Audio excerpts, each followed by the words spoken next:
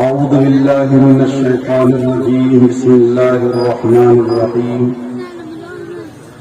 يا أيها الناس اتقوا ربكم الذي خلقكم من نفس واحدة وخلق منها زوجها وبث منهما رجالا كثيرا ونساء واتقوا الله الذي تساءلون به والأرحام إن الله كان عليكم رقيبا.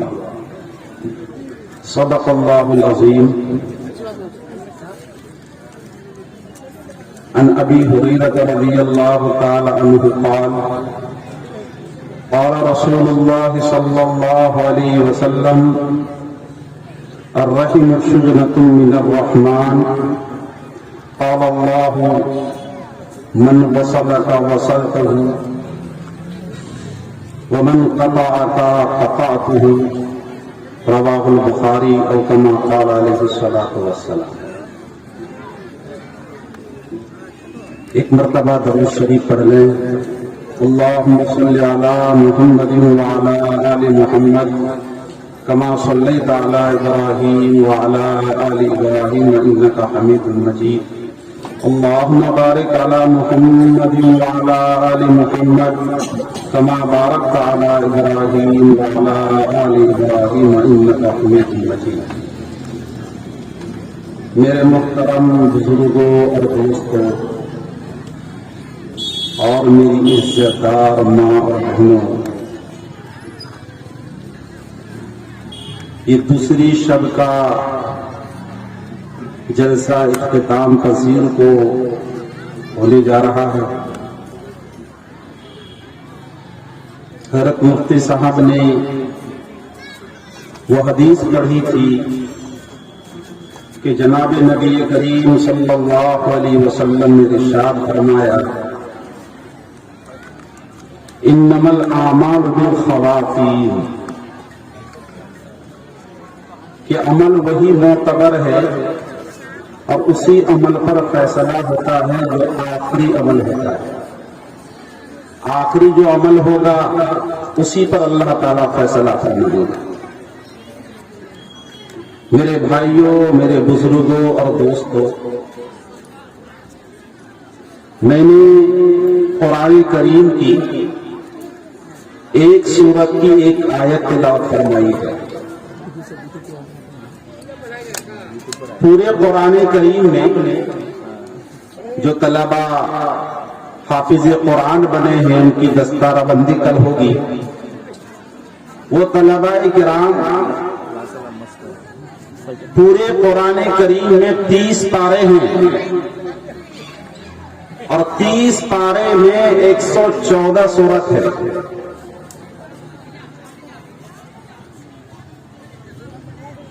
ان 14 سورت میں سے 4 نمبر کی سورت کا نام سورۃ النساء ہے، جس سورت میں 177 آیات ہیں، 24 رکوع ہے اور مدنی سورت ہے. ہم قرآن کو پڑھنے والے ہیں، قرآن کو ماننے والے ہیں، قرآن پر ایمان رکھنے والے ہیں، قرآن کے احکام پر عمل کرنے والے ہیں، قرآن کو اپنی زندگی پر بسانے والے ہیں.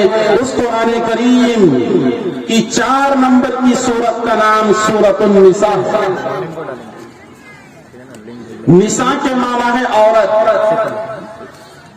پورے 30 پارے کو کھنگال لیجئے. 114 سورت میں سے سورۃ النساء کو چھوڑ کر 113 سورت کو آپ پڑھ کر دیکھ لیجئے. کوئی ایسی سورت نہیں ہے جو سورت مردوں کے نام پر نازل ہوئی ہے. لیکن میری ماں اور بہنوں، تمہارا وہ مقام ہے، تمہارا وہ مرتبہ ہے، تمہاری وہ منزلت ہے. اللہ کے نزدیک تمہیں باعزت بنانا تھا، تمہاری عزت کو لوگوں کے سامنے باور کرانا تھا. وہ ماں اور بہن جس ماں اور بہن کی کوئی عزت زمانے جاہلیت میں نہیں تھی، اگر وہ ناپاکی کے زمانے میں آ جاتی تو اس کو گھروں سے باہر کر دیا جاتا تھا۔ جہاں بکریاں رہتی تھی، جہاں بکریاں مینگنی کرتی تھی، وہاں جا کر عورتوں کو رہنا پڑتا تھا، عورتوں کو وہاں زندگی بسر کرنی پڑتی تھی، عورتوں کی کوئی عزت نہیں تھی۔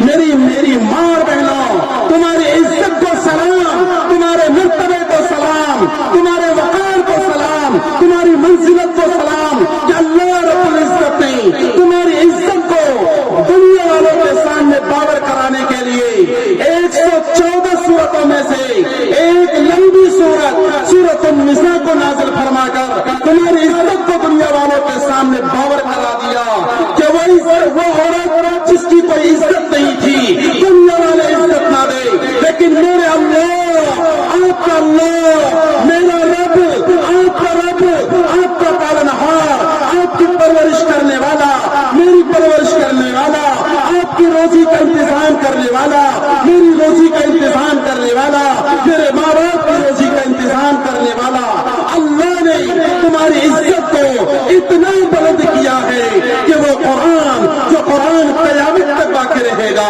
وہ قرآن جو کبھی منسوخ نہیں ہوگا، وہ قرآن جس کے احکام کبھی منسوخ نہیں ہوں گے، وہ قرآن جو قیامت تک باقی رہے گا، وہ زندہ جاوید، وہ زندہ جاوید لازوال کتاب میں اللہ تبارک و تعالیٰ نے تمہاری نام کو روشن کیا ہے، تمہاری عزت کو باور کرایا ہے۔ اے میری ماں اور بہنوں، تم اپنی عزت کو سمجھو۔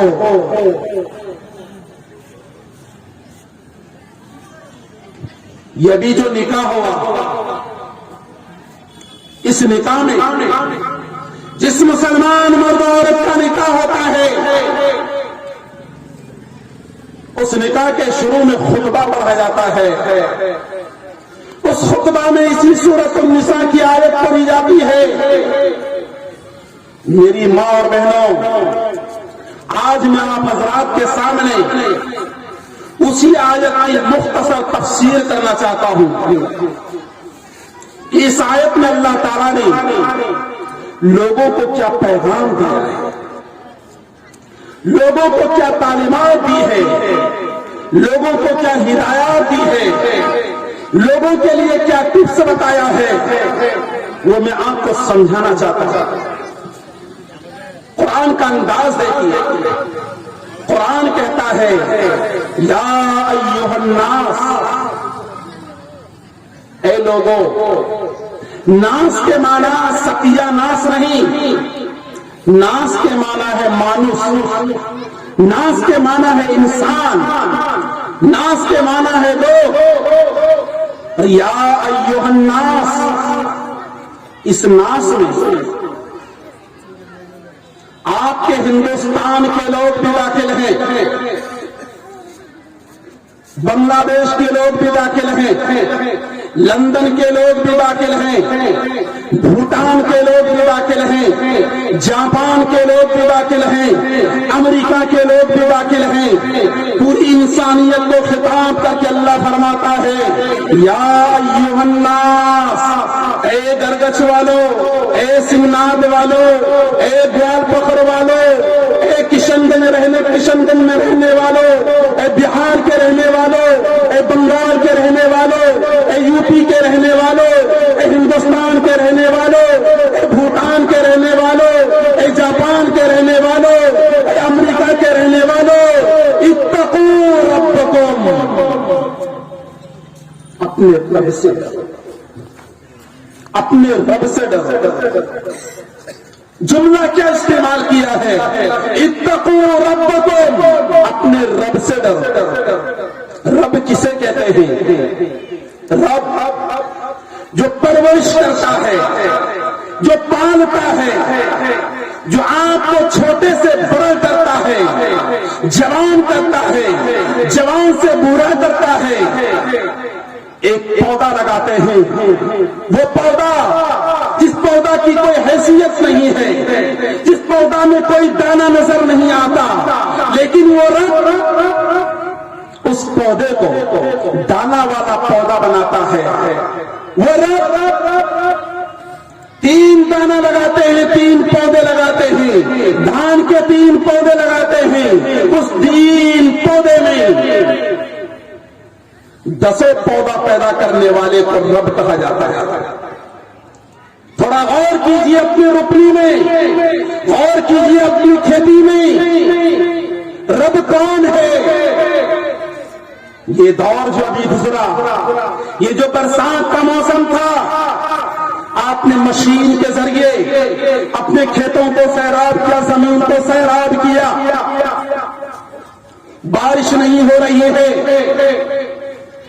ہر مسجد کے امام دعا کر رہے ہیں، بزرگان دین دعا کر رہے تھے، بڑے بڑے اللہ والے دعا کر رہے تھے، مشین کے ذریعے زمین کو ہم نے سیراب کر دیا، کسی طرح سے ہم نے روپنی کر دی، پودے لگا دیے، بارش نہیں ہو رہی ہے، زمین پھٹ گئی ہے، زمین پھٹ گئی ہے، لوگ اتنا مایوس ہو گئے کہ اب اس دھان میں، اس روپنی میں کوئی اناج نہیں آنے والا، کوئی دھان نہیں آنے والا، لیکن میرا رب، آپ کا رب وہ کیسا رب ہے، آپ کی اور ہماری کیسی پرورش کرتا ہے، کیسی پرورش کرتا ہے، ہماری امیدوں کی بندھن ٹوٹ گئی، ہماری آس ختم ہو گئے، ہماری ساری آرزویں ختم ہو گئی، ہم نا امید ہو گئے کہ اب بارش نہیں ہوگی، دھان نہیں ہوگا، لیکن میرے بھائیوں، میرے بزرگوں، میری بہنوں، سنو،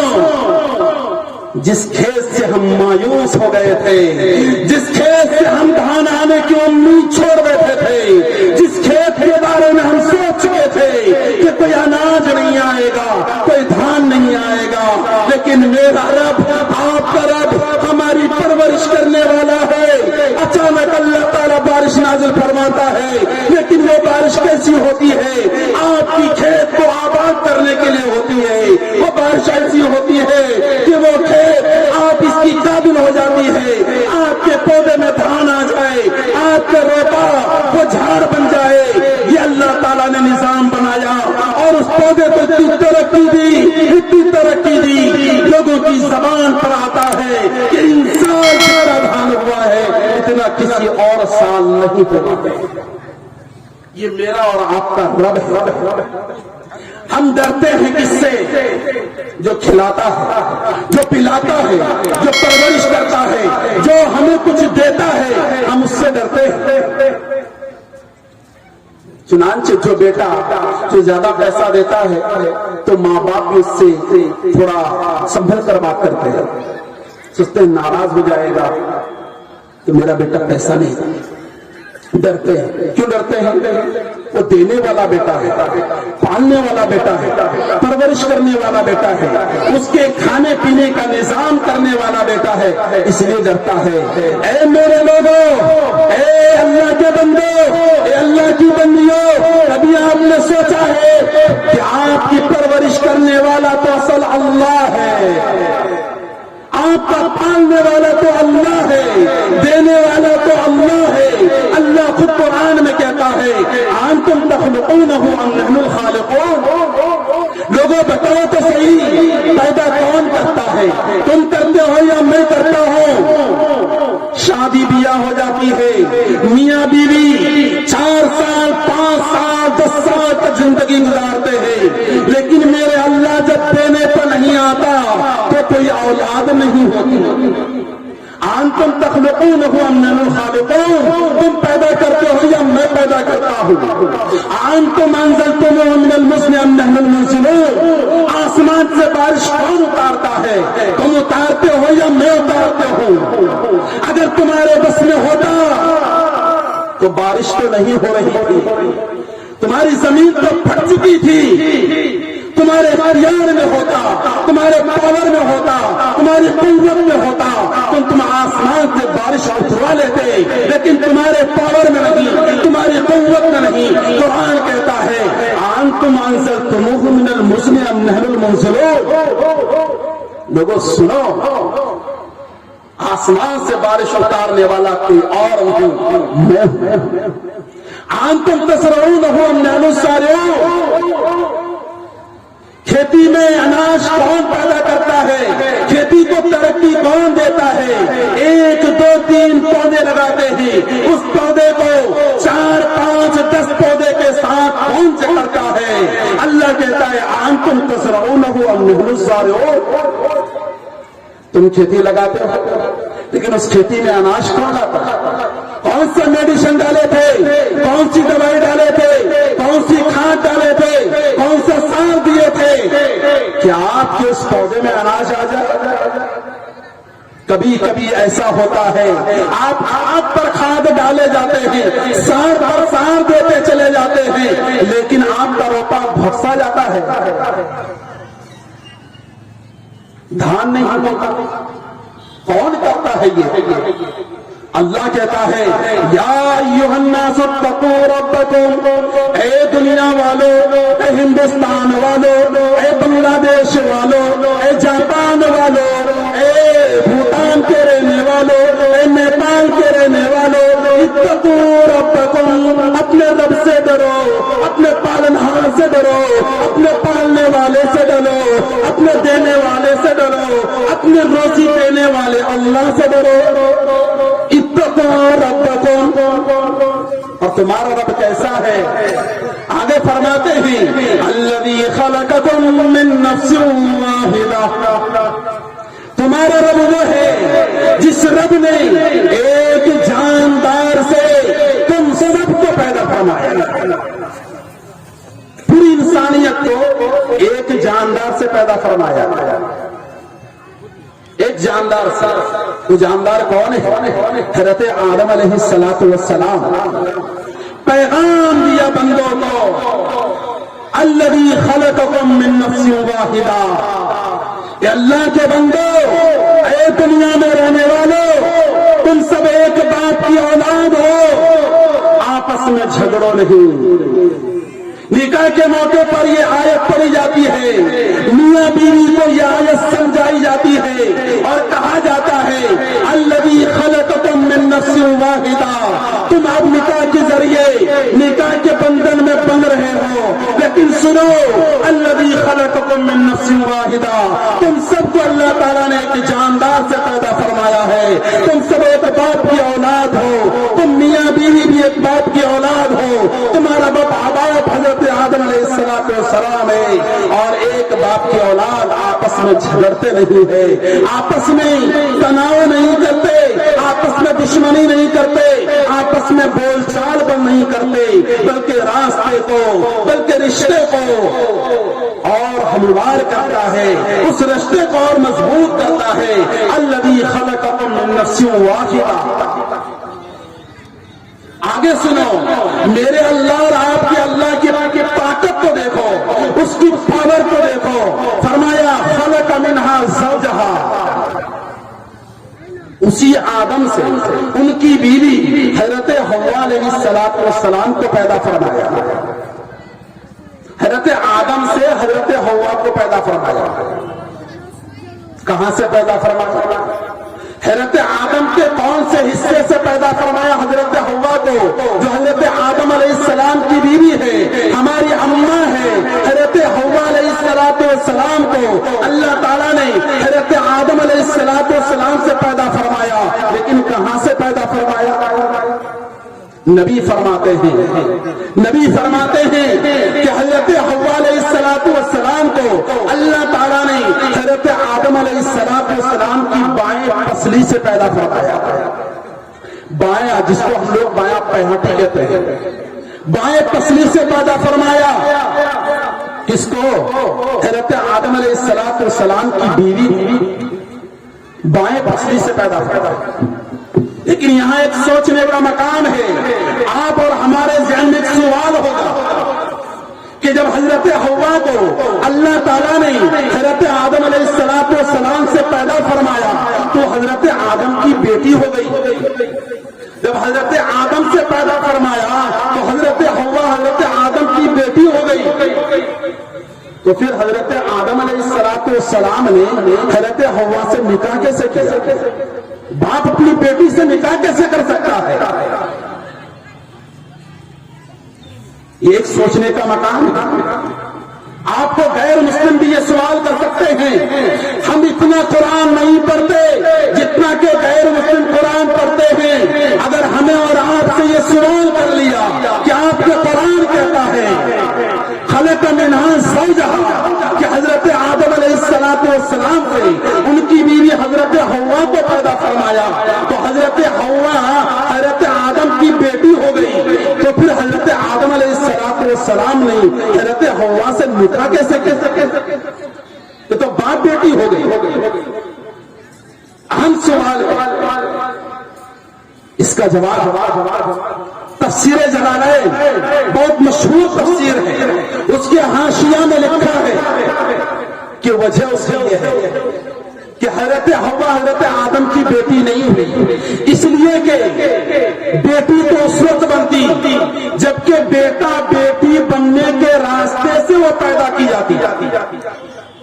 حضرت آدم علیہ السلام کو حضرت حوا سے پیدا تو فرمایا لیکن بیٹا بیٹی کے راستے سے پیدا نہیں فرمایا، بلکہ کہاں سے پیدا فرمایا؟ بائیں پسلی سے پیدا فرمایا، بائیں پسلی سے پیدا فرمایا۔ بتائیے اگر مرد کے پستان میں دودھ اتر آئے تو اس کو دنیا والے دودھ نہیں کہیں گے، اس لیے نہیں کہیں گے کہ وہ دودھ آنے کے راستے سے دودھ نہیں آیا ہے، بلکہ دوسرے راستے سے دودھ آیا ہے، اس لیے ہم اس کو دودھ نہیں کہیں گے، بلکہ ہم یہ کہیں گے کہ مرد کے اندر بیماری ہے، اس بیماری کی وجہ سے مرد کے پستان میں سفید پانی آ رہا ہے۔ اسی طرح حضرت آدم علیہ السلام کی بائیں پسلی سے حضرت حوا کو پیدا فرمایا، اس کی شرمگاہ سے پیدا نہیں فرمایا، اس لیے اس کی بیٹی نہیں ہوئی۔ جب اس کی بیٹی نہیں ہوئی تو اس کا مطلب یہ ہوا حضرت آدم علیہ السلام کا نکاح اپنی بیٹی سے نہیں بلکہ ایک اجنبی عورت سے ہوئی ہے، اور ان کا بیوی بننا صحیح ہے۔ لیکن حضرت حوا کو حوا کہتے کیوں ہیں؟ ایک سوال ہے۔ حوا حیات سے ہے، حیات کے معنی ہے زندگی،